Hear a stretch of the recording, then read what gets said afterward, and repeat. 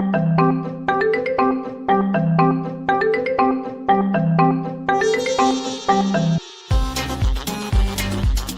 Newsom says he is fed up. There are no more excuses. He says the state has done its part, providing plenty of funding to get encampments cleared up. He wants to see the results now. Governor Newsom made the announcement here in Los Angeles yesterday. He joined Caltrans to clear several encampment sites. And we had our big body challenge today. 50 pull-ups, 100 push-ups to try to get under 5 minutes. How's it going? We got close. I was about 5:25. You were right behind us.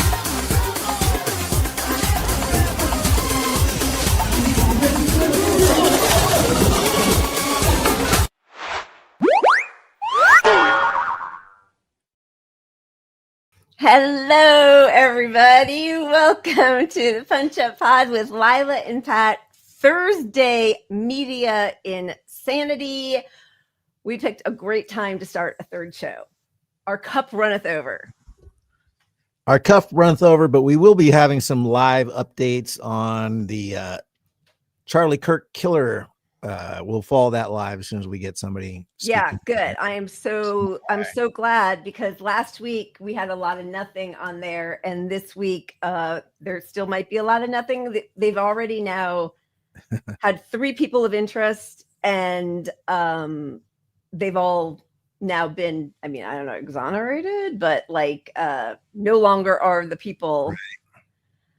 It's all very interesting. Do you want to keep an eye on that, and we can just kind of talk a little bit? Yeah. I'll just check it, and if they go live, we'll talk about it. All right. Did you see the video of I don't know what's fake news yet. I don't think anybody does. It's so crazy. Allegedly, 2 guys, they show the video of them doing hand signals. Okay. So Pat and I have had a crazy day, but yes, I just came right from work, just so everybody knows. Literally right from work. You came right from work. I had a million things going on, and thought I was on top of it, and then I got an audition, and who the hell cares? There's a million horrible things happening. Nobody cares, but it's oh my God, it's another item to check off. So my mind is a little bit spinning. But okay. Can we just back it up 3 seconds? Absolutely.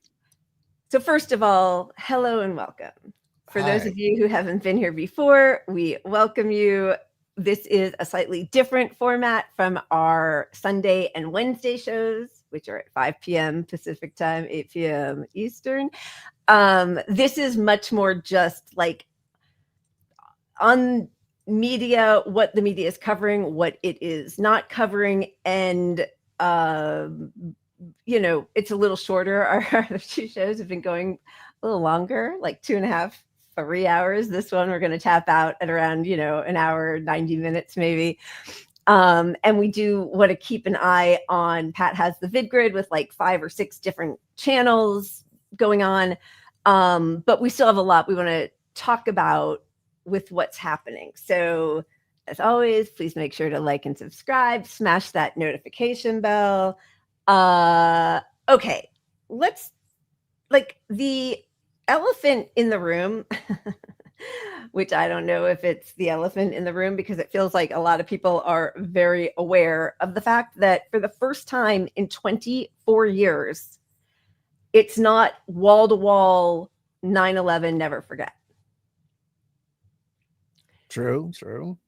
I think this is an interesting development, because over the past 2 years, people have become much more knowledgeable about the history of Israel and much more aware of their machinations in affecting, or whether it's because of what they want or what we want, but we use them, however that works, but how Israel affects our foreign policy.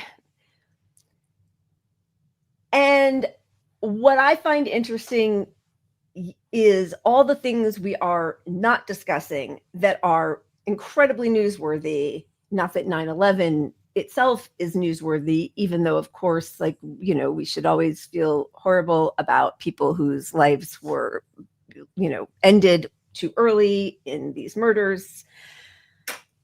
But this comes at a time where, just this month, there was the International Association of Genocide Scholars. 86% of them released a document saying that Israel is committing a genocide. We had a rushed, 100-word truce agreement, ceasefire agreement that Trump, threatened the Hamas leaders, the diplomatic negotiators, to get to Qatar and get on it, even though the Hamas leaders have accepted several ceasefire proposals that have all been either, broken or not engaged in by Israel, even when we've been told that Israel's the one who, handed what they wanted first to Biden and now to Trump on a silver platter. So the Hamas negotiators, these are diplomatic. These are not this isn't the military wing. This is the people you're supposed to be negotiating with, Israel. Go to Qatar, where there are assassination attempts on all of their lives. It seems that the top negotiators all survived, but 6 people were killed. Trump did a Biden with a big leak from Barack Ravid saying he's really furious that Israel keeps, doing these backhanded actions that are undermining any peace talks, right? Again, whatever. Israel and Israeli media, Netanyahu said that they did this with the full permission, coordination of the US. So that's number 2. 72 people were killed, Palestinians, in Gaza yesterday. There was a school shooting yesterday. And then, yes, 9/11 with a newfound opening of people's minds to Israel possibly either somehow being directly involved or using the horrors of 9/11 to push our leadership into invading Iraq and Afghanistan. And Yeah, you can't ignore the fact that this all is distracting from Trump's terrible policy that he's losing support. And which group is he losing support with? Probably the young people that Charlie Kirk brought to his movement. 100%. Yeah, I mean, this galvanizes hey, we got to go back to our teams. We are all starting to see this as, both parties are kind of bad, but now it's no, I'm on my team. You killed my guy. I'm locked in emotionally. I mean, it's very difficult not to be conspiracy minded in these times. So you start thinking, okay, cui bono, who does this benefit? How will it be used? And what are we not talking about? Because we're talking about Charlie Kirk nonstop, right? Well, yeah, you know how much I love right-wing radio. I listened to a lot of right-wing radio today, and they had Bill O'Reilly on. Oh, great. Who's making the rounds. He's making all the rounds because he's selling a new book, which he mentioned 28 times in his 10-minute interview. Yeah. But his new book is something about evil and how to stop it. And he took this moment to say, this is the outcome of the left and the radical calling everybody Nazis, right? He literally said it's you can't just expect to call people Nazis and not have something come from it. And then I swear to God, within 1 minute, he called Mamdani a Nazi in New York. He said, did you pull that? Did you pull that clip, Pat? It was just audio. I was just listening to it. Okay. But he said, I swear to God, within a minute, he said, if you are voting for Mamdani, you are not necessarily evil yourself, but you are participating in evil because he is openly calling for Nazi policies. And he said, I'm not saying he's a Nazi, but the programs are very similar to what Hitler wanted to put in place in Germany. Oh my God. Which also brings me to the whole Reichstag fire incident that was blamed on the communists, and we don't really know, but that basically Hitler and his government used to just end elections, consolidate power, and make everybody fearful, which is, of course, okay. So now I just wanted to set this up so that when I played what you were just referring to, it's just 7 seconds, but the conspiracy theories, which could be true or not, we have no idea. Nobody even knows who the shooter was, even though they're blaming this all on the left, which is hilarious, because most of the terror or political violence in our lifetimes has come from the right or the government. But so this is the baseball signs. Do you know how many mass shooters there have been in America over the last 10 years? Counting or not counting gang violence? Great. Okay, I'll show it again because it's only 7 seconds. These two men are behind Charlie Kirk as he's saying his last evil words, right? Mass shootings, gang violence, just so he can get another knock in against Black people. Because of course, in his mind, that only Black people are gangs, or gangs are only made up of Black people. But so this is the sign with the ball cap and on his arm. Do you know how many mass shooters there have been in America over the last 10 years? Counting or not counting gang violence? Great. As a baseball mom myself, I will say that 100% looks like baseball signs. 100%. Oh, they were definitely signs. The question is, did this actually happen at the event, or is this some AI crap? Oh, right. Could it be signaling to somebody? Maybe it's security making signals because their audio doesn't work. Who knows? Right. It's just it's layered with who the hell knows. But there's a lot of suspicious crap here. I mean, not the least of is that the guy probably died within a minute of getting shot, and they took, I don't know, 10 hours until Trump announced that he died, and Trump's the first guy to tell the world. Very strange. I mean, that's very strange. So should we have Trump's announcement? The full thing, I think, was 4 minutes. We just pulled a shorter clip of it, but just so you can see where they're already, I mean, clearly this is what was always going to happen, because they use every opportunity to stifle free speech and blame the, radical left. But so this is just a snippet of it. My administration will find each and every one of those who contributed to this atrocity and to other political violence, including the organizations that fund it and support it, as well as those who go after our judges, law enforcement officials, and everyone else who brings order to our country. From the attack on my life in Butler, Pennsylvania last year. Everyone who brings order to our lives, right? Yeah, well, and that's what Bill O'Reilly was saying on the right wing radio too. That the biggest threat with Mondani is that he's saying, well, he's openly going to defund the police and let everyone out of prison. He's going to let everyone out of prison, is what Mondani has already told everybody, which is not true. Not at all true. And he's also already walking it back, which is so upsetting on that whole level. Yeah. But it does feel like this has been maximized for media attention, right? 100%. Like a delay to get to Trump.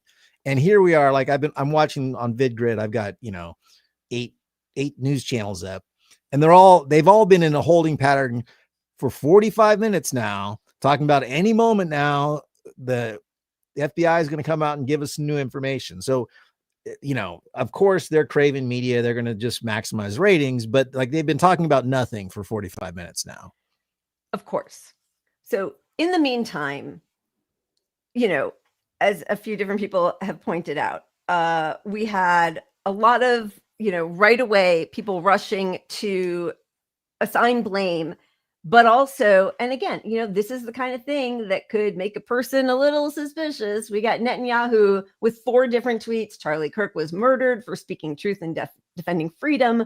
A lion-hearted friend of Israel. He fought the lies and stood tall for Judeo-Christian civilization. I spoke to him only 2 weeks ago and invited him to Israel. Sadly, that visit will not take place. Praying for him. And then he was a defender of our common Judeo-Christian civilization, which is true. I mean, Charlie Kirk was, sorry, but just an absolute reprehensible, repugnant piece of shit. Charlie was more than a friend of Israel. He was a great champion of our shared roots and values. May his memory be a blessing. Honestly, Israel has ruined everything I ever wanted to say to anybody as a person growing up Jewish. They like, I don't even want to say Mazel Tov anymore. I don't want to say, like, I don't want to say may his memory being a blessing. Like, you've destroyed everything in addition to a genocide, which I can see that. I mean, I could see how you'd want to put an asterisk next to everything Israel that you present. Like, not a Zionist, asterisk. Yeah, everything. Jewish, but not a Zionist. Yeah. But like, they've done that, they've made people, I mean, whatever, again, like the least of all of the issues, but they are making many people, in addition to some people being scared about being attacked, which, would understand it, but I wouldn't love it. But like, also the shame, the deep shame that, like, it's just disgusting. So anyway, there is a reason for all of these conspiracy theories, because we right away see how the right-wing nut jobs are taking advantage of this and running with it, right? Yeah, I mean, who knows? We probably will never know. This is one of those things, right? But yeah. Regardless, we know what they're going to do with it, which is lock down our freedom of speech. They're going to implement more surveillance, saying that, radical leftists online are plotting things. Our tweets are going to be, AI is already scrubbing our tweets. Obviously, they're scrubbing shows like ours that are small, but still, we're on the list, I'm sure, because we've said some things. Lila said a lot of things that should get her on list. Pat, oh my God. Look at that. The feds are knocking on his door. Unbelievable. I'm spreading rumors, but thank you. And then Luca, really appreciate your being here, and so appreciate Jen sending everybody our way. Revolutionary Change is a great podcast. I missed tonight's episode because I was frantically preparing for this, but so appreciate Jen and Peter sending people our way, and they have done some truly incredible work, which I love to watch, and their interviews are fantastic, and they're also just fun. So thank you. Thanks, Hallie. The responses, poor Pat is having lots of issues. I think it's trying to do the VidGrid at the same time. Yeah, exactly. They got Pat, and yes, while he's out of the studio for a few minutes, just keep all of your Lila's right coming, because then he can't even, fight it. Okay, so right away, the Federalist comes out with a disgusting, personal essay by this Brecken guy. The Democrat Party is a domestic terrorist organization. And he goes on to say, in the world we live in now, there's no time to try to convince the left to tone down their extreme rhetoric. They need to be treated like the domestic terrorists they are. And then they call Mamdani a Nazi. Oh, wait, you're still muted. Am I still muted? Now you're good. Oh, I told everybody to write this while you were out of the studio, so I could really take advantage of it. I mean, is it wrong that I'm so conspiratorial that every time I mention the list or things, my computer goes down? I mean, come on, that happens. I've said, like, hey, wait, and your volume's a little low, Pat. Okay. Working on all that, but yeah. Still no press conference, but still 8 channels all dialed in telling you any minute now. All right, thank you. All right, so I'm just going to continue with the crazy right-wing takes on all of this. Libs of TikTok, this right-wing, I think, started mostly as an anti-trans account and then just became like, standard GOP rage. Right. So this is war. And then screenshots, whatever that is, 12 other big right-wing accounts saying this is war. The left declared war on us. Again, we don't know. We have no idea who did this at all. Then the apparently former richest man in the world I just read that Larry Ellison has surpassed him, if possible, which is great timing because he's taking over CBS News and possibly CNN with Barry Weiss in charge of the content. Right? So like this is where we are, where they are controlling the narrative in ways that I mean, I guess probably they always have, but like just out there in the open for all of us to know that we are now only going to show you certain things. What do we have? Did they catch a person? No. I was just trying to reset because of the crash. I had to pull back up the. All right. While you're doing that, I'm just going to kind of talk. Just interrupt whenever you're ready. Okay. Of course, Musk says somebody writes every post on Blue Sky is celebrating this assassination. Such unbelievably sick people shows what we're dealing with. Evil people. Another right-wing account. Elon was right. If I'm being perfectly honest, I think I'm beginning to lose the will to be tolerant. If tolerance means the end of Western civilization, then we cannot be tolerant. If they won't leave us in peace, our choice is fight or die. The tolerant right? Can we stop pretending that they were ever tolerant on the right? For fuck's sake. Are they talking about? Like, I can't believe anybody believes that. Yeah, and they're on a headhunt to like get people kicked out of their show. Matthew Dowd was fired from that MSNBC because he personally tweeted something. Oh no! Do you want to see it? It wasn't a tweet. 1 minute of very thoughtful, like, yeah, it's kind of what everybody's saying who's ever listened to anything of Charlie Kirk. Right, because it included something saying, we're going to show it, but about, hey, this guy preached hate speech and, sometimes these things happen to him. So the right-wing radio I was listening was talking about that moment and saying, he was immediately fired at least. And it's because he preached this hate and, Yeah. I mean, okay. So this is Matthew Dowd. Talk to me about the environment in which a shooting like this happens. Yeah, and again, emphasize what you just emphasized. We don't know any of the full details of this. We don't know if this was a supporter shooting their gun off in celebration, or so we have no idea about this. But following up on what was just said, he's been one of the most divisive, especially divisive younger figures in this, who is constantly sort of pushing this sort of hate speech or sort of aimed at certain groups. And I always go back to. Yep.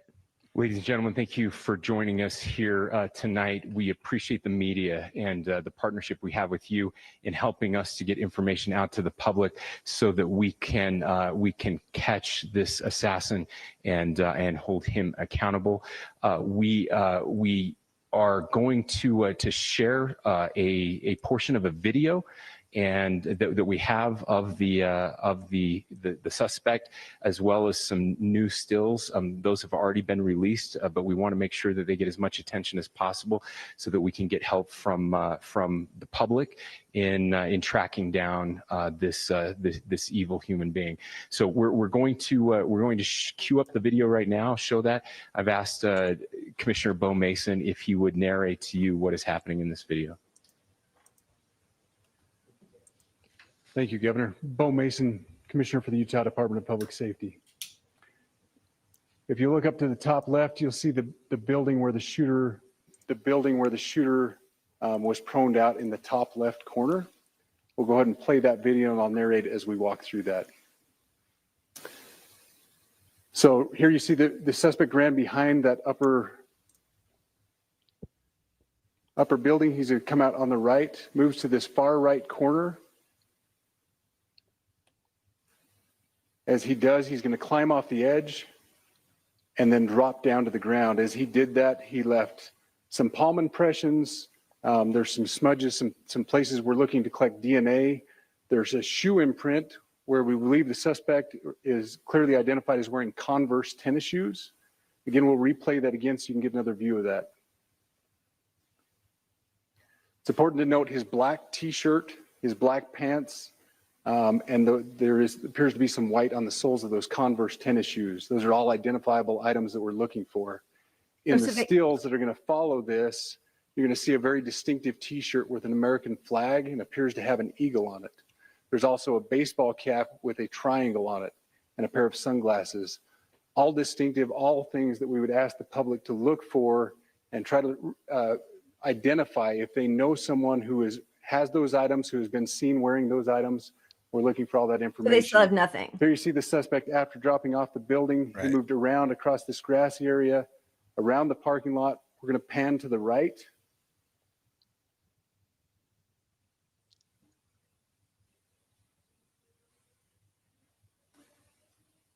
After he crosses the street, this is where he moves over into the wooded area. This is the video evidence that we utilize to track his movements and to locate that firearm in that wooded area following the discovery of this evidence. Good. You want to go to the stills? So here's the still photographs I mentioned. These have been enhanced. So these are slightly different than what we introduced earlier. Please pay close attention to the t-shirt. Like I said, very distinctive with that American flag and that eagle. Definitely The not a hat with the leftist. triangle and the sunglasses. If you'll go to the next picture, please. The backpack as well. All identifying Is features this that we're Luigi? hoping Looks the like public can Luigi. help us identify and lead us to this suspect. Next picture. And again, there's a better picture of the hat with that triangle logo, and again, the t-shirt, blue jeans, and you get a good look at those Converse tennis shoes as well.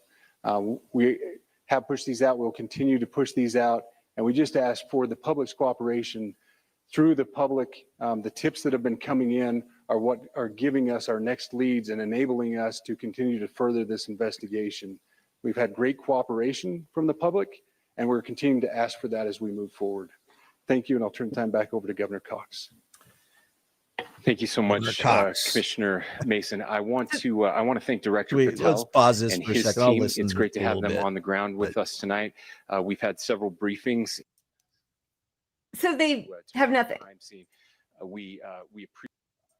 It doesn't seem like it. They have nothing except the t-shirt with the American flag and an eagle, which I'm sorry, but I mean, who knows? Because, you know, if you're a leftist trying to act like a right, like, but come on. Right. But also, well, we'll get to the bullets in a minute, but I do think it's interesting. You got this whole FBI force on that, and they're enhancing the t-shirt. Like, I could look at that picture and probably find an actual clear picture on Google of that shirt available somewhere. They haven't even done that to like put here's a still shot of the shirt. We know what the shirt looks like. Like, yeah. I mean, that just seems incompetent to me to not put an actual incompetent. And now I can't remember who Kash Patel fired from Utah just a few weeks ago, but like probably whatever. I mean, I'm not a person who normally wants more, cop presence. So, but the saying evil repeatedly, like, again, I just, 72 Palestinians were slaughtered yesterday. They all also have families and loved ones, and like, we never hear. Yeah. No, you're right. Look, we're all desensitized to his death because we've seen so many Palestinians killed, and they're really innocent people, and this guy's a dirtbag. So, whatever, we roll with it. Yeah. But I do think it's telling that Bill O'Reilly's got a book with evil in the caption. So it's almost like some playbook that they're planning, because the evil angle calls for more God, which calls for more authoritarian power in school over thoughts, all of it. So evil makes it a religious thing on some level. It really does. And earlier this week, or where are we in the week? Thursday. So it might have been this week, or it might have been the end of last week. We have 40 seconds of a clip of Trump talking about anti-Christian bias, talking about protecting saying prayer in school. And this to me is interesting because a lot, for the longest time, U.S. Jews were considered, social justice warriors, at least lib, if not left. And a lot of Jews started moving right, both because of, gross economic reasons, but also Israel, right? And even though every president has mostly just been pro-Israel, But that was like, that's a reason that a lot of Jews in the US started moving towards Republicans.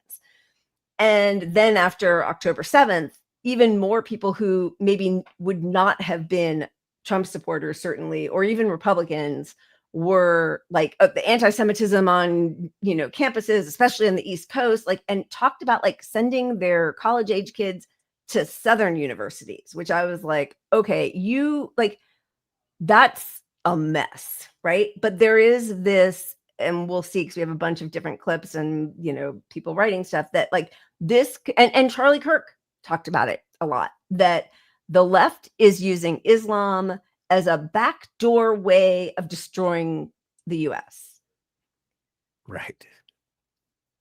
So the people who think that somebody like Trump or the GOP are not just as anti-Semitic as whatever they have in their imagination about liberals and Democrats, like, you really have another thing coming.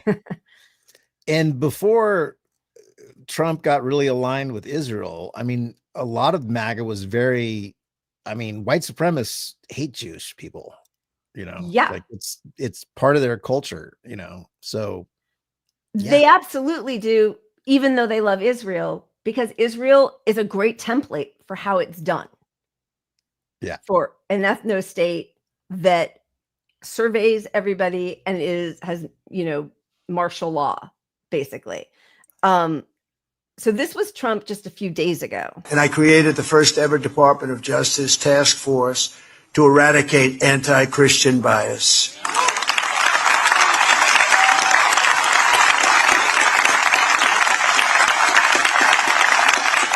And for those people that are a little bit naive or not well read, there is a tremendous anti-Christian bias. We don't hear about it. We don't think about it. You hear about anti-Semitic, but you don't hear about anti-Christian. Now, you have a strong anti-Christian bias, but we're ending that rapidly. I will tell you, we're in a much different world today than we were 1 year ago. This is like a different world.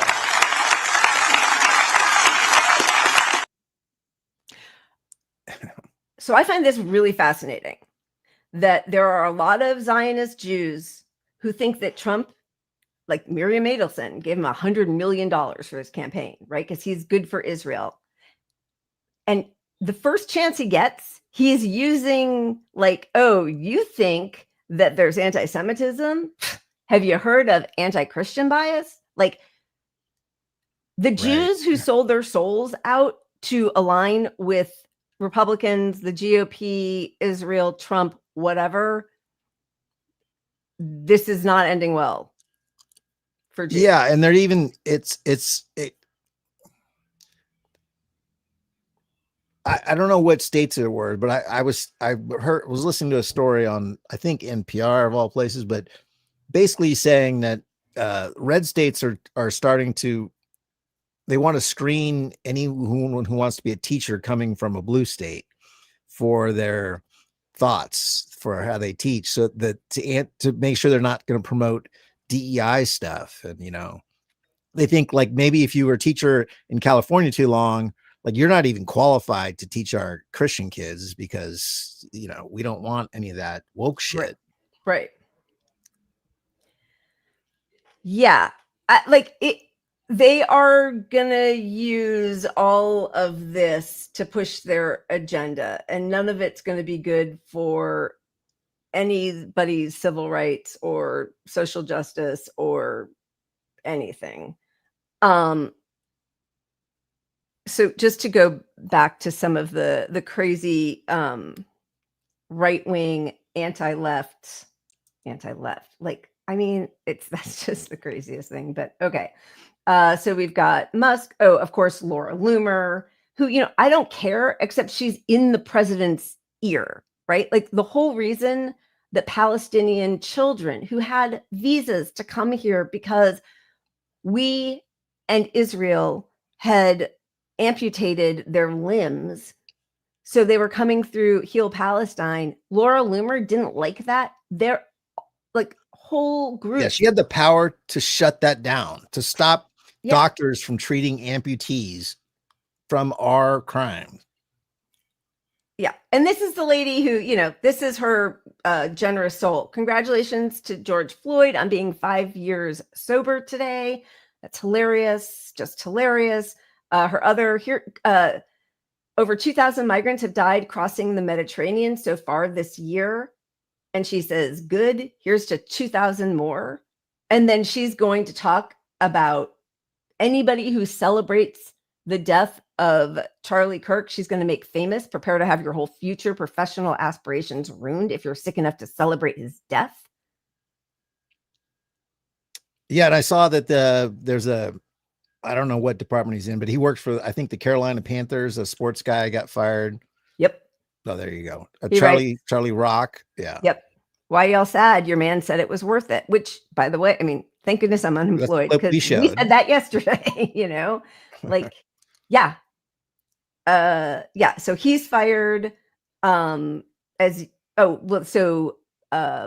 Dowd, who we were just showing, statement from MSNBC President Rebecca Cutler. During our breaking news coverage of the shooting of Charlie Kirk, Matthew Dowd made comments that were inappropriate, insensitive, and unacceptable. We apologize for his statements, as has he. There's no place for violence in America, political or otherwise. I mean, read a fucking book, lady. Are you kidding? That's all we do. That's our biggest export.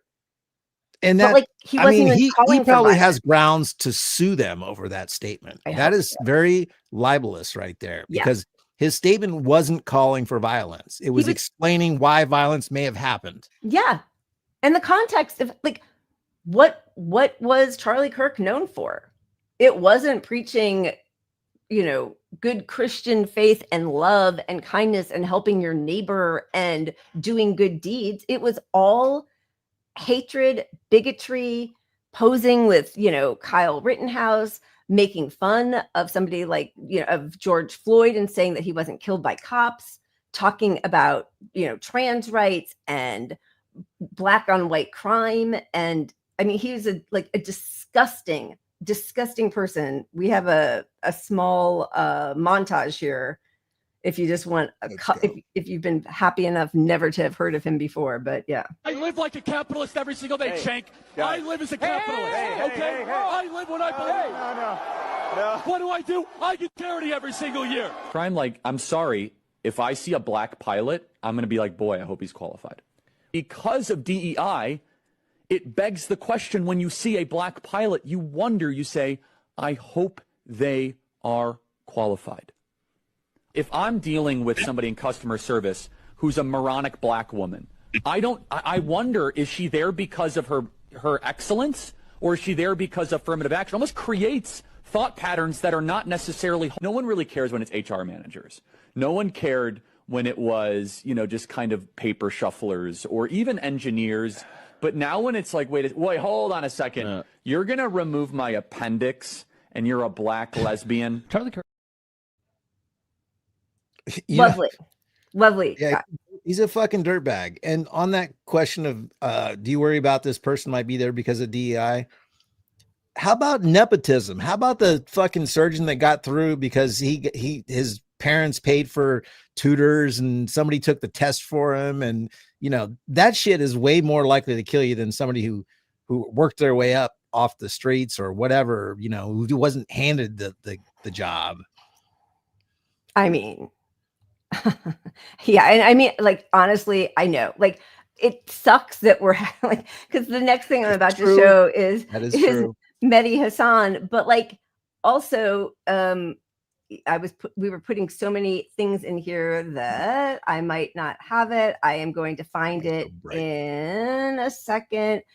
Okay, but just to go back, so just we can finish a few moments. So this was a tweet from Middle Tennessee State University. She's the associate dean of students. Writes, looks like old Charlie spoke his fate into existence. Hate begets hate. Zero sympathy. Goodbye. Statement from MTSU president. An employee today offered inappropriate and callous comments on social media concerning the horrific and tragic murder of Charlie Kirk. The comments by this employee, who worked in a position of trust directly with students, were inconsistent with our values and have undermined the university's credibility and reputation with our students, faculty, and the community, staff, and the community at large. This employee has been fired effective immediately. We extend our deepest sympathies to the Kirk family. I mean, listen, there's a part of me that really does agree. Like, I don't want to celebrate death.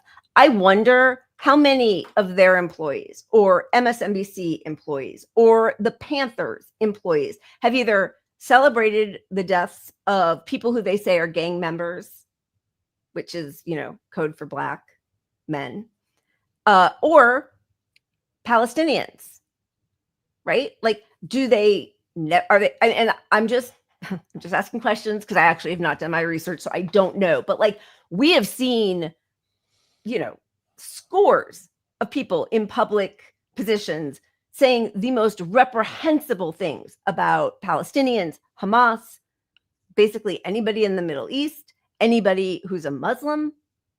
You can say all that shit and have a, Bill Maher career. You can have your own show on Fox, but you can't say, hey, he said it's worth it. The gun violence is worth it. He said that. Live by your words. Well, how many times has Code Pink, Medea Benjamin interviewed these politicians, and they end up leaving saying something like, "Good, yeah, I'm glad.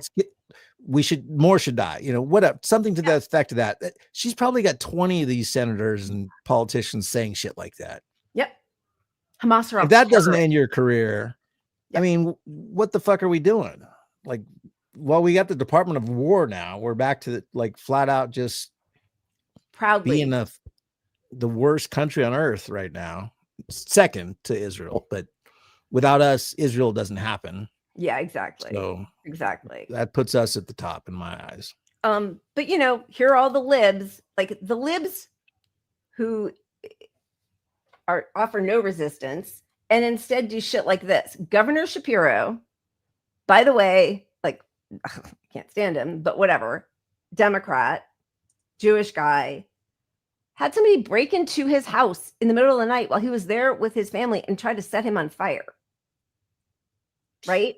He's going to lower, in accordance with the United States flag code and the president's proclamation, Governor Josh Shapiro ordered United States and Commonwealth flags on all Commonwealth facilities, public buildings, and grounds across the Commonwealth of Pennsylvania to fly at half staff as a mark of respect for the memory of Charlie Kirk.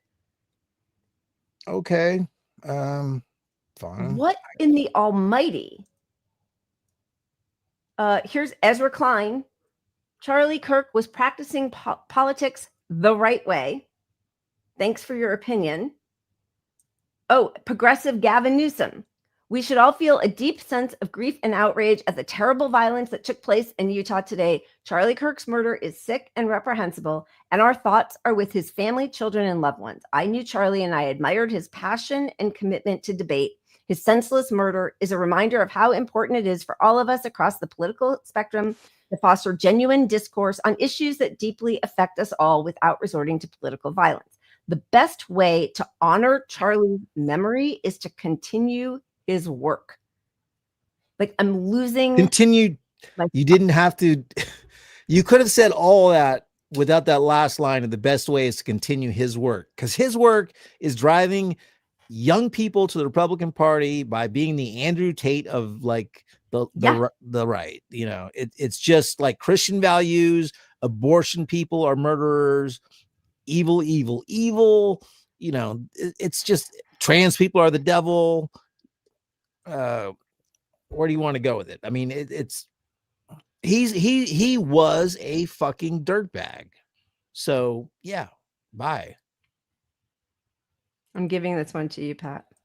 All right, thank you, Jenna. You're my hero.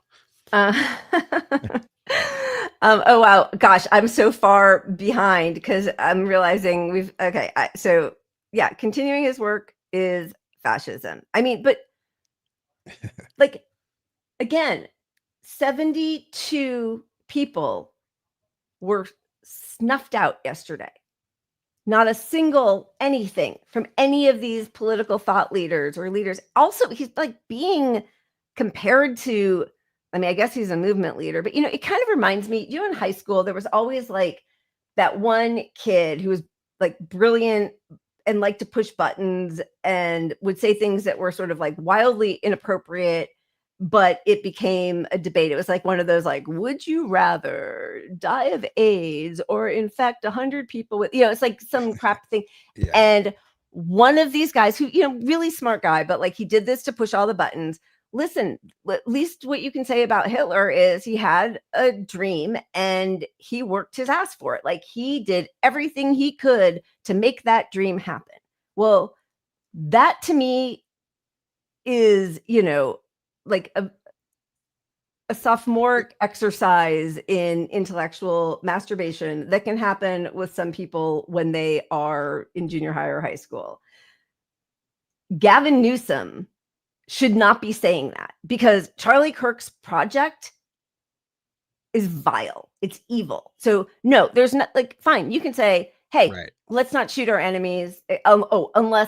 Unless it's Venezuelans, unless it's, another country we want to overthrow, unless it's Palestinians or Lebanese or Houthis or, lead negotiators from Hamas, like none. Okay. But like, why are we talking about continuing his project?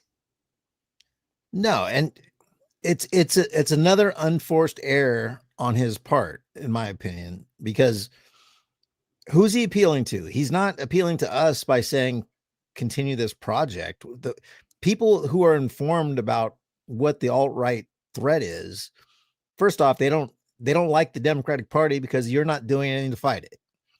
And this guy just did the opposite. He was the very first guest on his podcast is this guy who his kid loves. He's telling everybody his kid loves him. And he could have done all that without that little bit at the end about, continuing his project. He could have said, we disagreed tremendously, but the right to free speech is important. Political people shouldn't be assassinated, blah, blah, whatever. You don't have to give a nod to his beliefs and alignment with his beliefs or project at all. Absolutely. And also, again, like none of these people, their big umbrella, they're working across the aisle, their desire for a strong Republican Party, it never goes to their left flank. It never goes to the actual core of the party they are supposed to be, ever. Yeah, I don't want to keep this up, but I do want to show you because I've been checking. Yeah.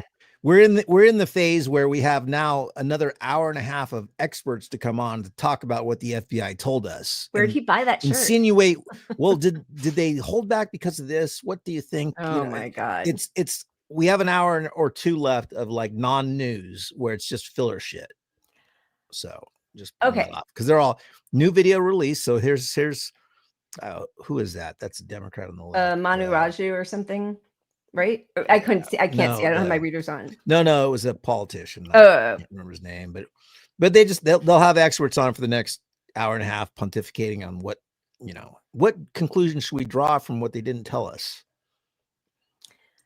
Okay, so a few weeks ago, Charlie Kirk, for all of his like vile, truly evil, like the world, I think is, better off with people like him in it, even though I am not advocating violence. I'm just saying he had his Turning Points USA big convention. We've talked about it when it was happening. We showed a bunch of videos from there. A lot of young Republicans were starting to turn on Trump. And, Charlie Kirk was given a lot of accolades by the Republican Party for bringing young people, young men into the Republican Party and voting at very high levels for Trump.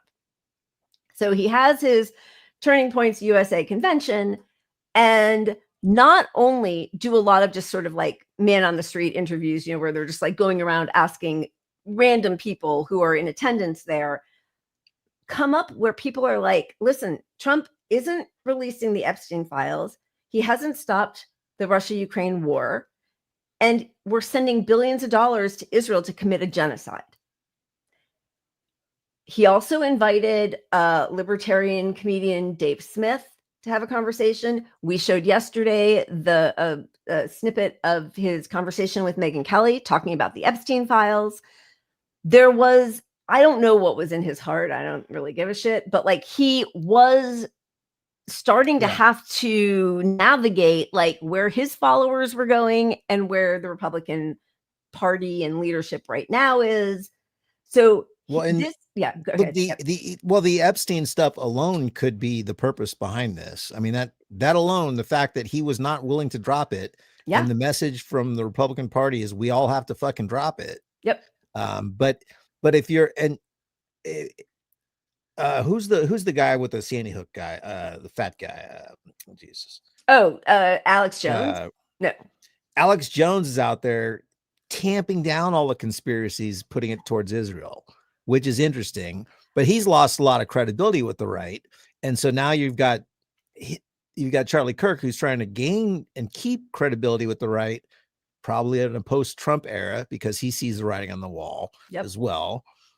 And so, like, yeah, if he's not going to shut up about the Epstein files, we're talking about the most powerful people on earth who've kept this quiet forever.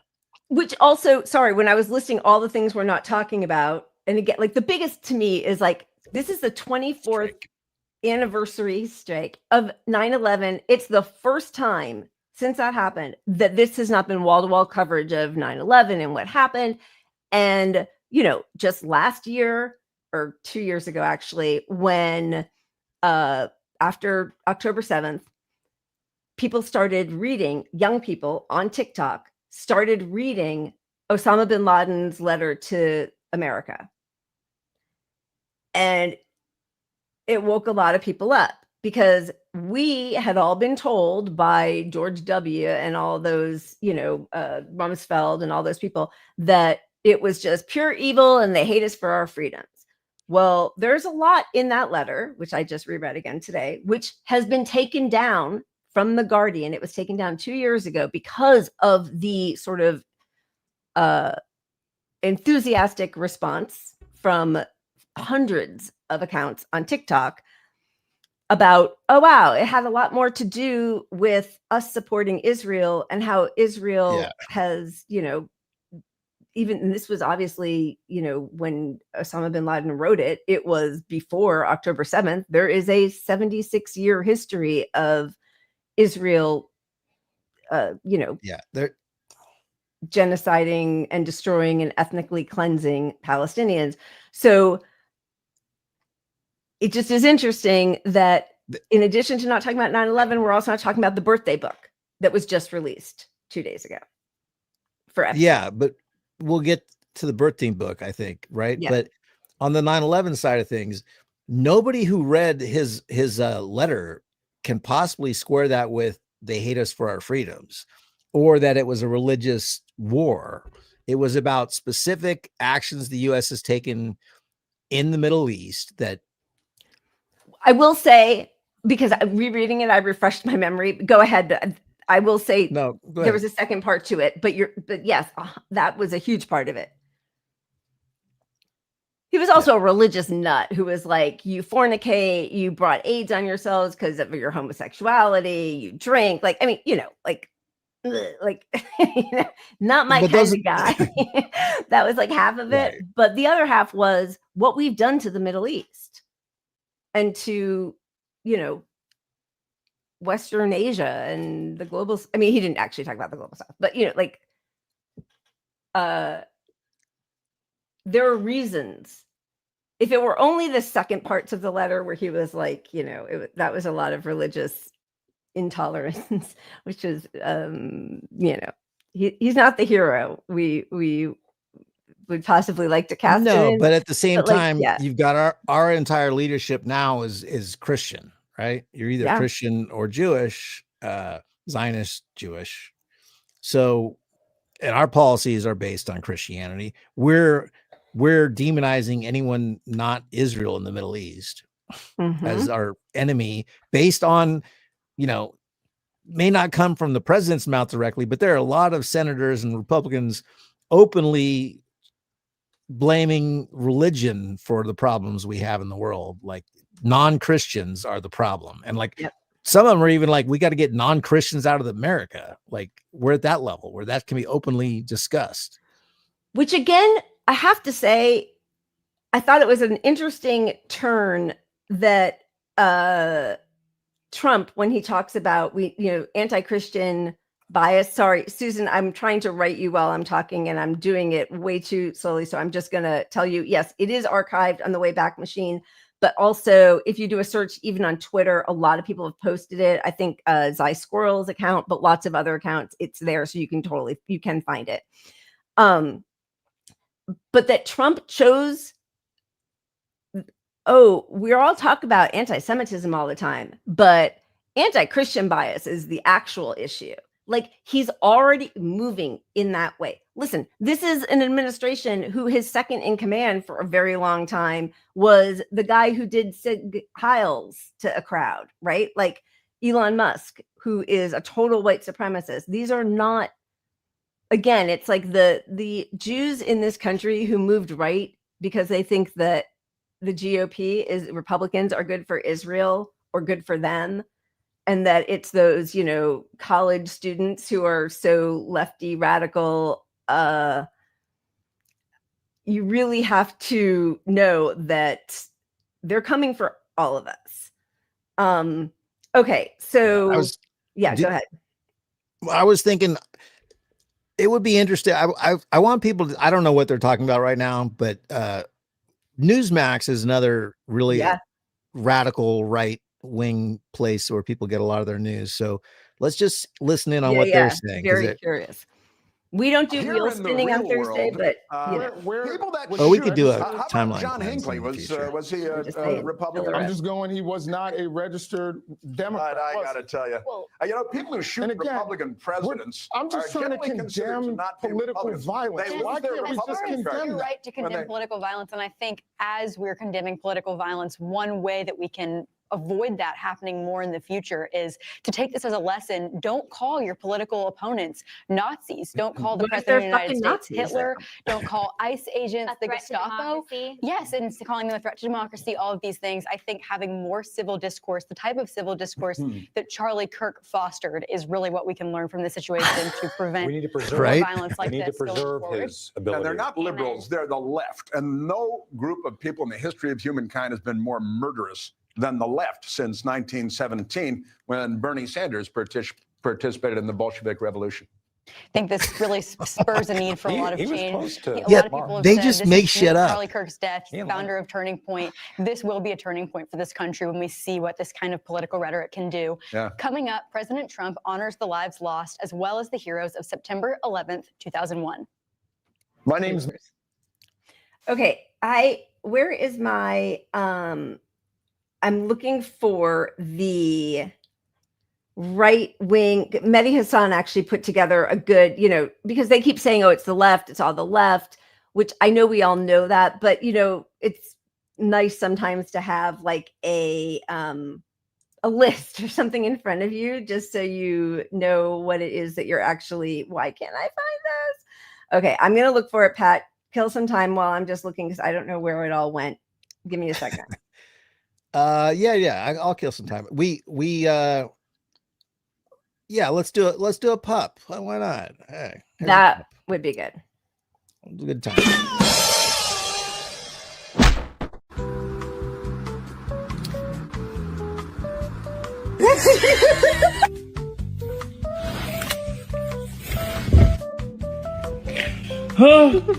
Twice.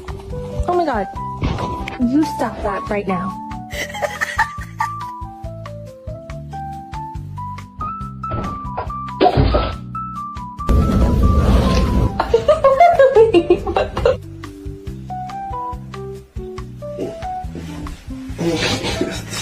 Harry, why are you such a jerk?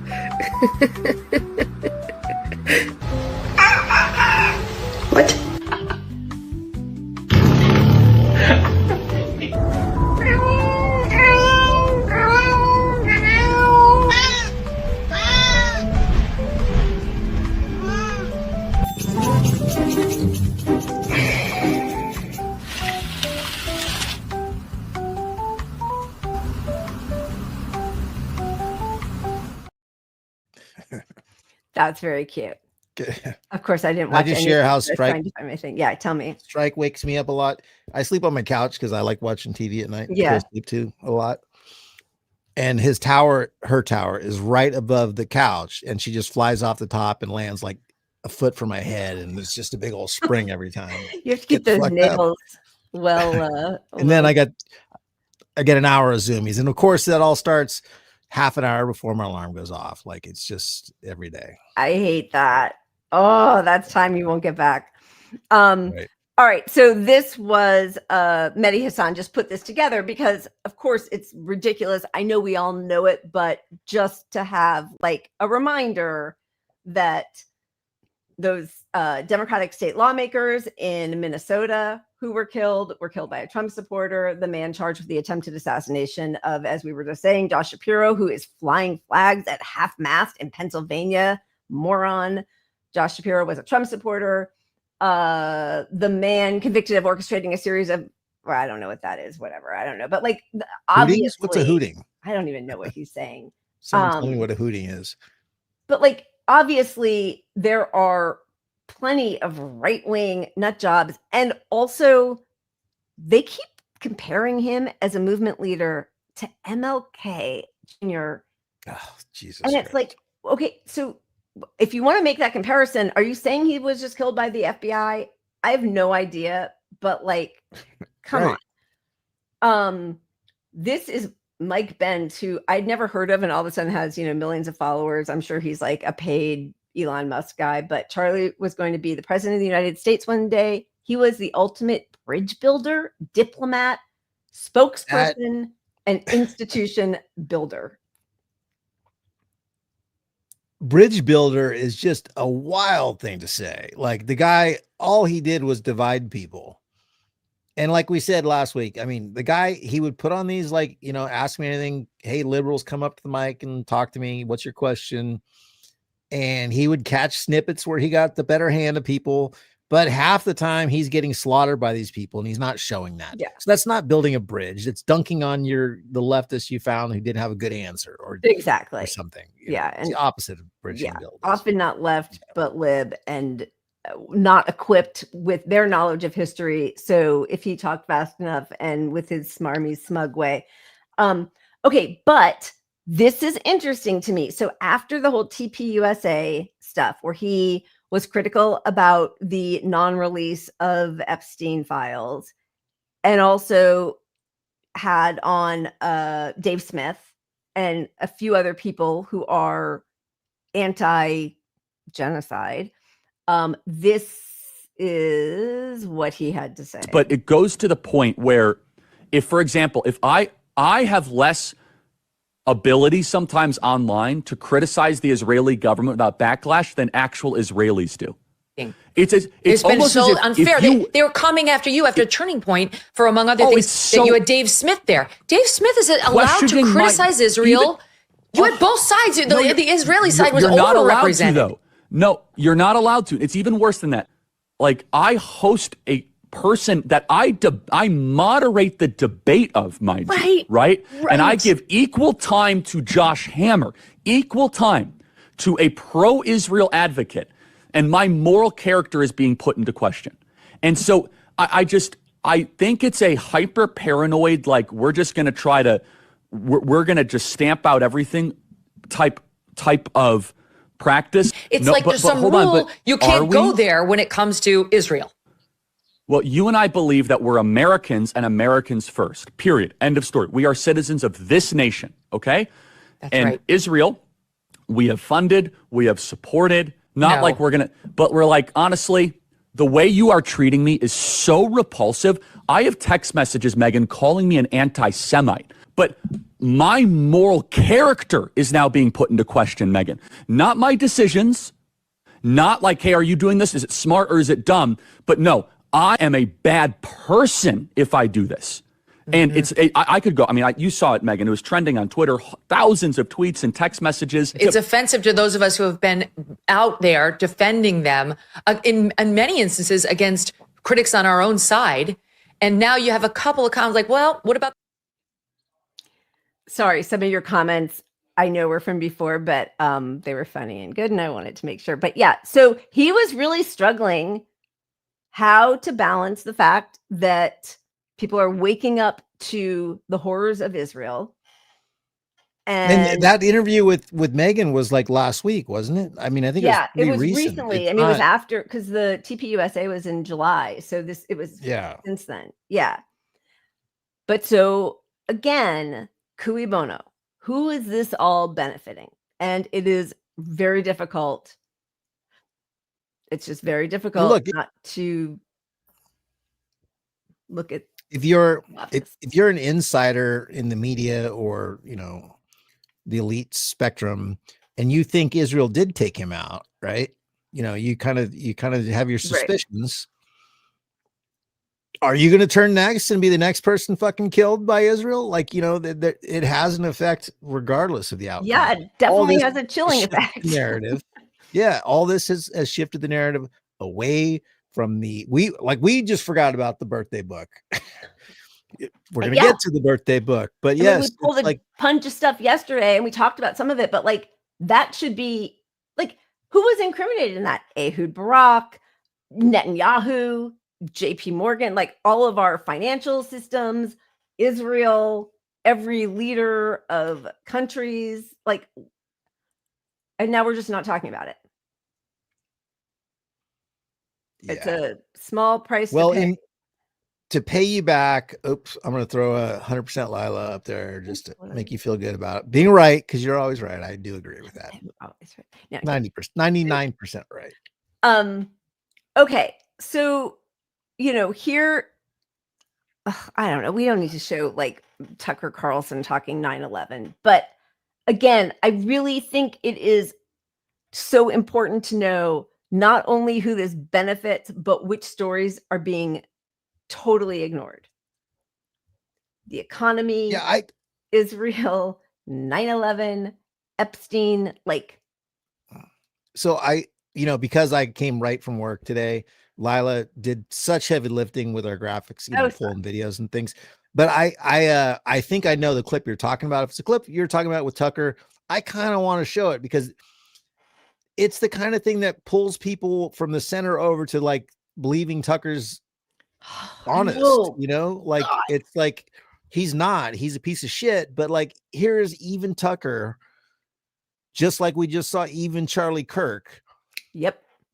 No, you're exactly right. And then you have Gavin Newsom and Shapiro and monetization, director of monetization, I think it was director of monetization, that just said that the Pod Safe boys are upset. Sorry, now I'm scrolling all the way back, but all right, I can't find it, but I'm sorry to take away that you're the one who alerted me to it, and now I can't find it. But that the Pod Safe boys are basically upset that everybody's not condemning. Director of demonetization. Mehdi is praising Jon Favreau for scolding everyone who isn't crying over the dude who died from a bullet overdose.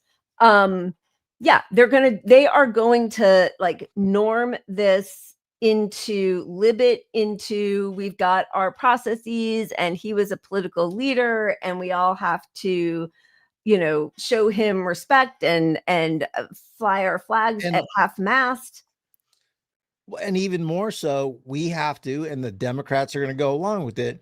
We got to watch out for the crazy left. So let's get the crazy left on the list internally to watch.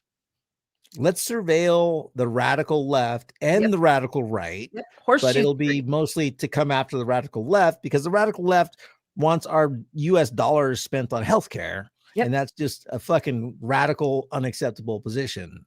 Bernie and Trump are just the same. Now it's Zoran and Trump are just the same. Yeah, no, we turned on Newsmax for literally 30 seconds and they were calling Bernie a fucking Bolshevik. They tied him in with the Bolshevik revolution. 1917. What are we in 30 seconds? We picked that soundbite out. Not planned. That's just live shit. So instead of Democrats doing their due diligence, I will say, I know we have issues with what's his name, Ro Khanna, but he is sticking to this Epstein thing, and I'm sure it's going against party elite because, of course, they're all, culpable and complicit in all of it as well.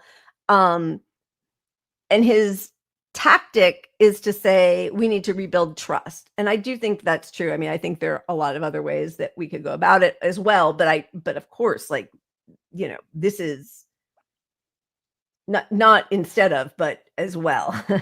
But I do think it's a really important effort to reveal all of the corruption, all of the crimes, all of the people who are covering up for each other, and this web of decrepit, vile people who know the worst things about each other, and they use it as leverage or also as a relief to know that they can get away with stuff because they're part of the protected ring. I mean, it is very mob-like. Yeah. Would you like some not breaking news? Hey, the search for Charlie Kirk's assassin is intensifying. No way. No, they're still looking for that guy. They're still looking of that for him? shirt. That black is shirt wild. again, please. Okay, so this is I mean, I can't believe that we have to go to Tucker Carlson for this kind of shit, but whatever. Tucker Carlson on Pierce Morgan on 9/11 and prior knowledge. Israel. No, of course I didn't allege that, the Jews did it. I don't even know what that means. I think, in fact, saying things like that is a way to discredit real questions. Right. Like, we know, Benjamin Netanyahu on camera right after said this is a good thing because it brings the United States into a conflict that we've been involved in on an existential level for decades. He said that out loud. I'm not guessing, you can pull the tape.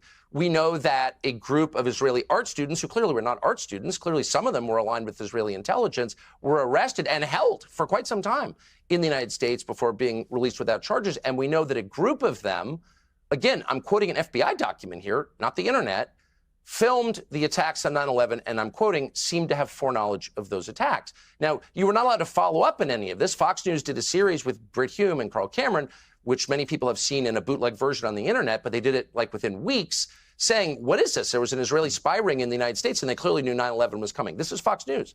They pulled that under pressure. They pulled that off the internet. It's not searchable in any Fox News archive, but they aired it. I know the people who did it. Of course, I worked with them for years. They're real people. They're not crazy. In fact, they're pro-Israel, but they had a fact set before them, and they reported it, which is called journalism, and subsequent generations have been forbidden from noting what is now factually true. Those are factually true statements. Now, we tried to interview some of those people. One lives in the United States, in California, and made no headway whatsoever. And we knew as we did it, by the way, that we're going to be attacked as anti-Semites or something. I mean, I don't know.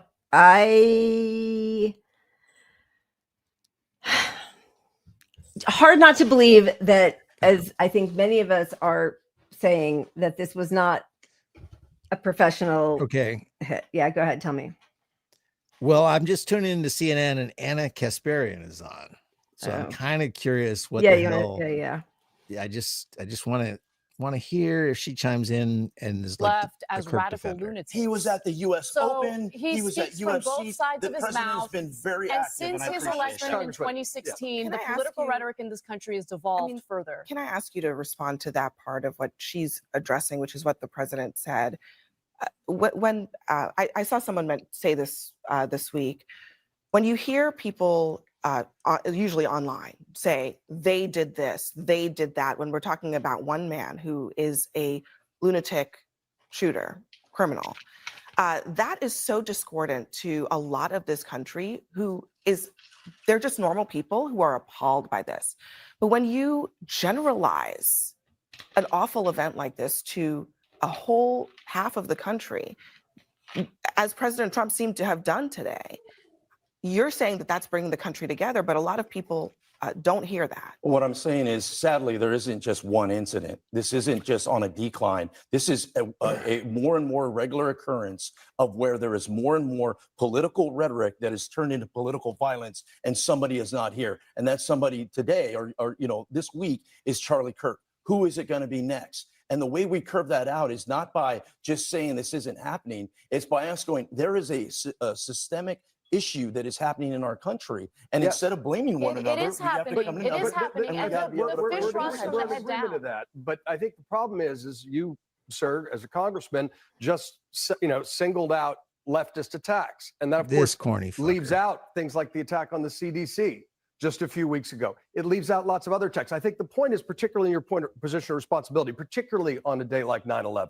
there's an obligation not to try to get political points, but to look at the broader cycle and to say we all need to step up. And we all, so am I, sir. I mean, look at the school shooter in Minnesota. What are the facts in that case? You don't even recognize the facts around the assassination of the state legislatures. Look at the fact. Let's start with the alligator nearest to the boat, which was the Minnesota school shooting. I right? don't know. And what I'm getting at is these Enough aren't just or one what? issue. No, They're it's all growing. connected. They're That is expanding. exactly They're right. all That's over the why country. when you, And so- particularly as a Hold on member one of second. Congress, focus on one political side, echoing that. I just said there's no room that's for a any danger, political and rhetoric. that is I just said point there's to no keep room in for mind on any 9/11. political rhetoric that turns This into is political violence. by design. 100% by design. It's why we never get anywhere with anything, because they're going to talk about this bullshit instead of talking about why we have more guns than any other country, why we have, people are always like, we have so much mental, what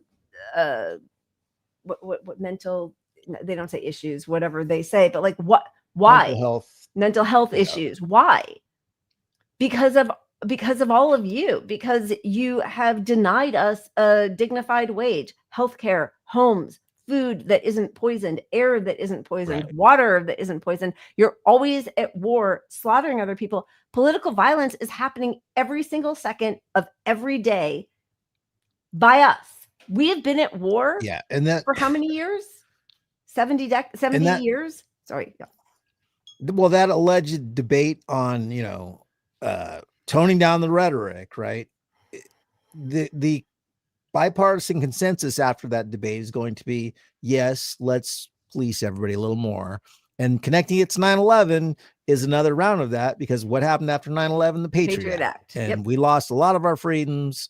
And it's why we have at every protest, every big protest, there's now some CIA or other black ops group coming in with a cell tower, and all your cell phones are not on your Sprint network or your Verizon network.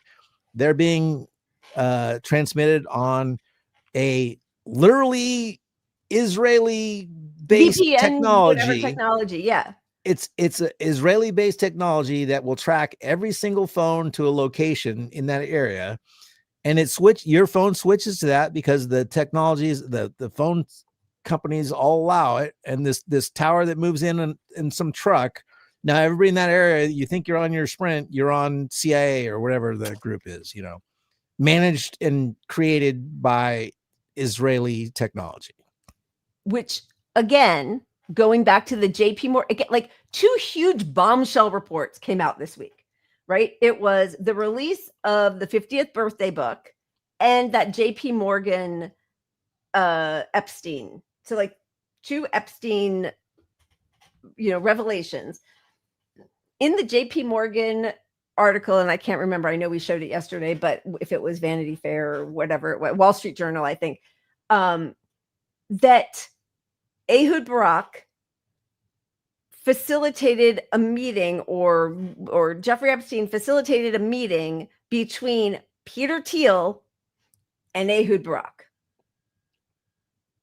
So we've got Peter Thiel, head of Palantir, all of his crazy antichrist, post-humanism, tech surveillance, using Palestinians as a lab to test out his AI surveillance fascism.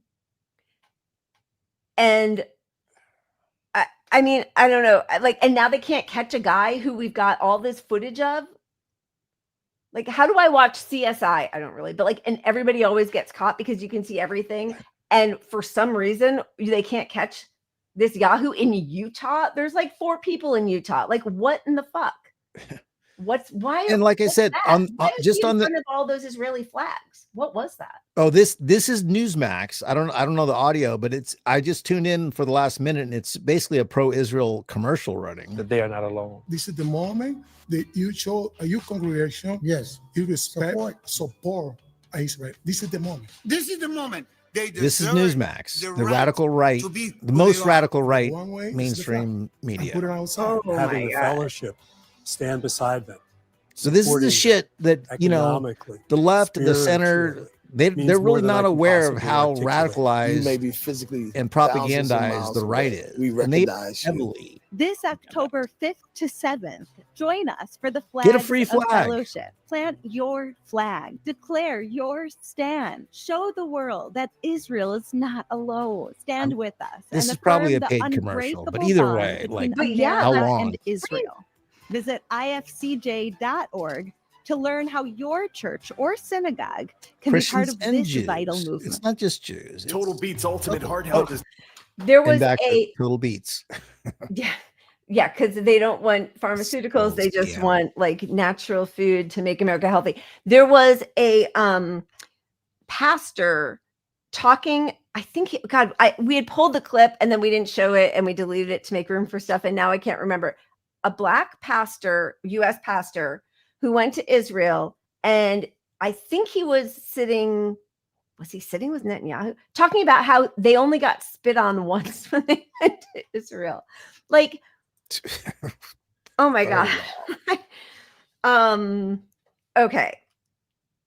I feel like we should have a few of the intelligent, learned words of Noam Chomsky about 9/11 and what is terrorism to combat the moronic talking heads on that. Yeah. Okay.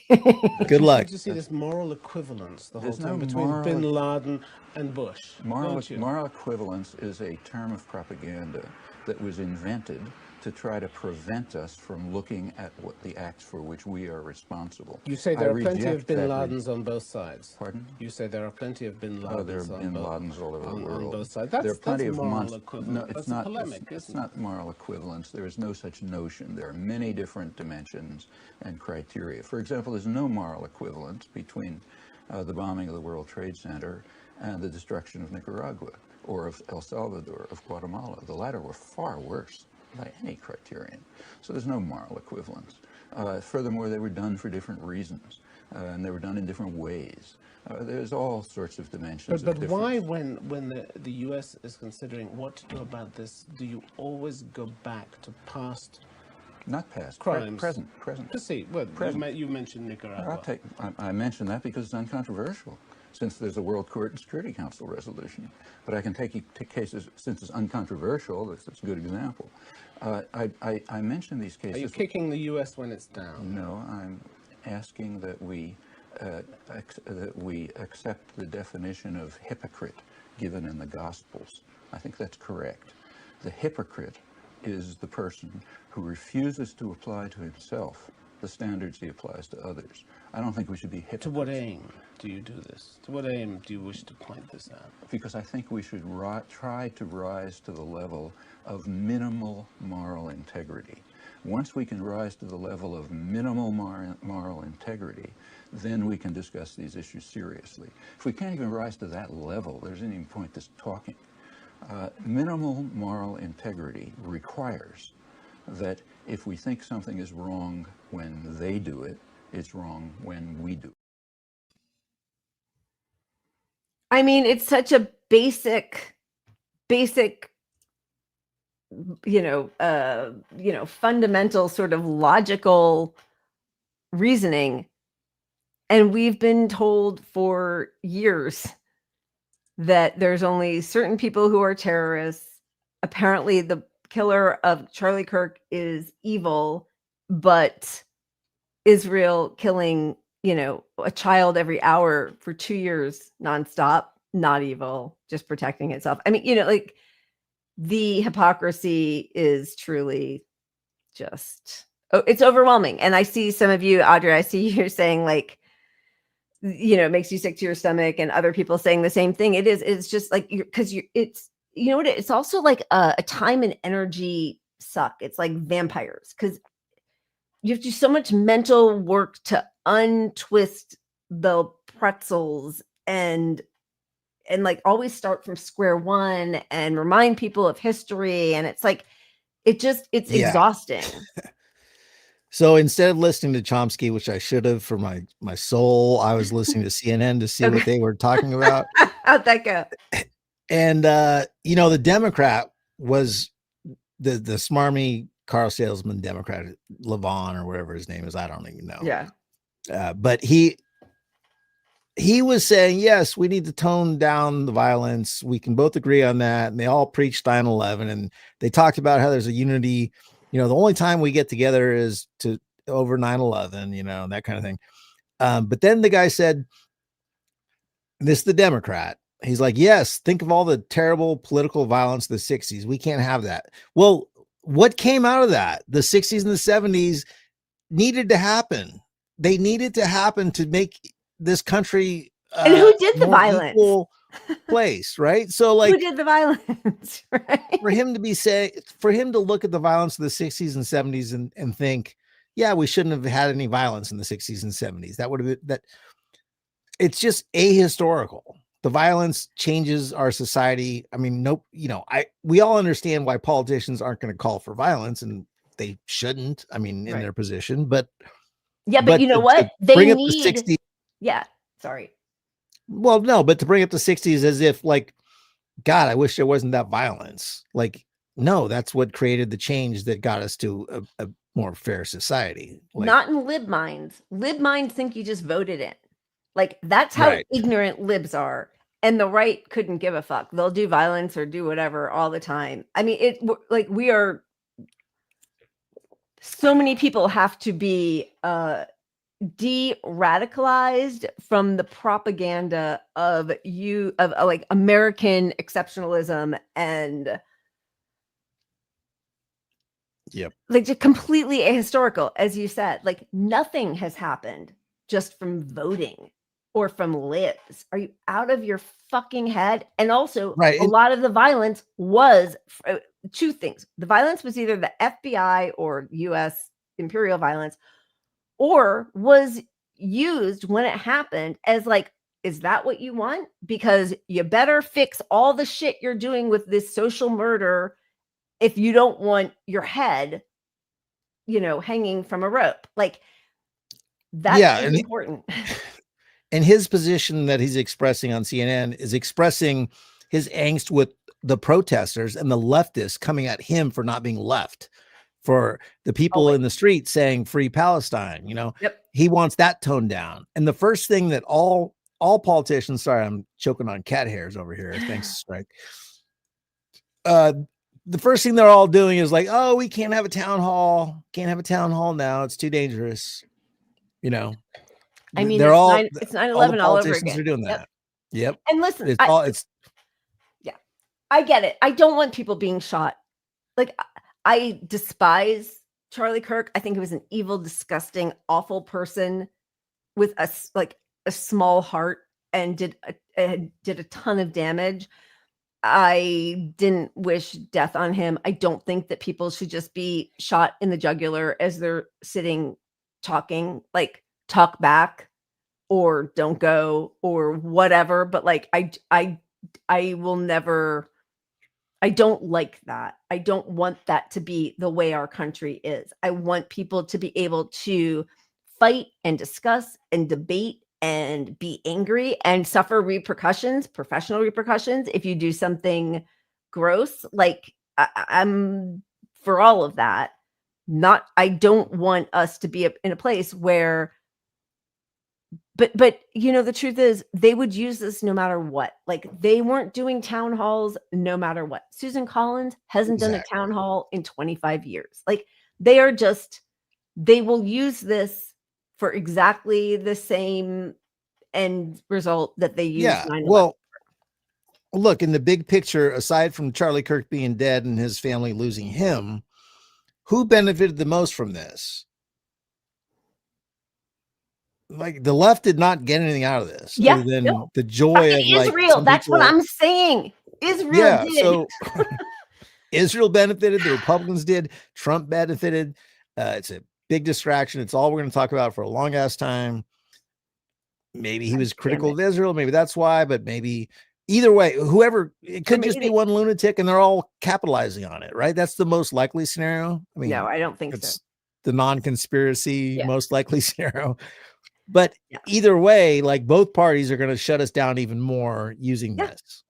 And the fact, like, I expect that from the fascist right. And yes, they are fascists, but the capitalist libs are the gateway to fascism. They support it every chance they get. They always will throw the left under the bus, crush us, and reach across the aisle to the Charlie Kirks and fucking fly flags at half mast and talk about putting up statues of Charlie Kirk in the at the Capitol. Like, it is truly no, we're gonna have, if we live long enough, we're gonna have textbooks that don't mention MLK but mention Charlie Kirk.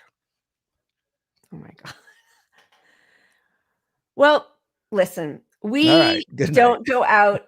We don't go out on Thursdays with one good thing, which we probably are going to have to, we might have to start bringing that back or something. Yeah.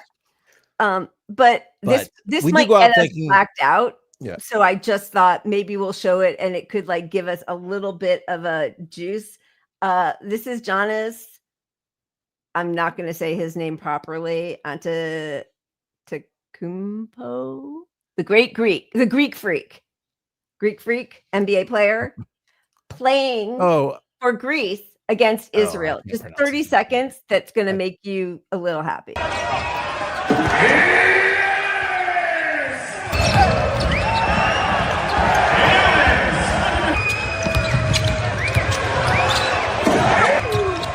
Breaking ankles, kneeing people.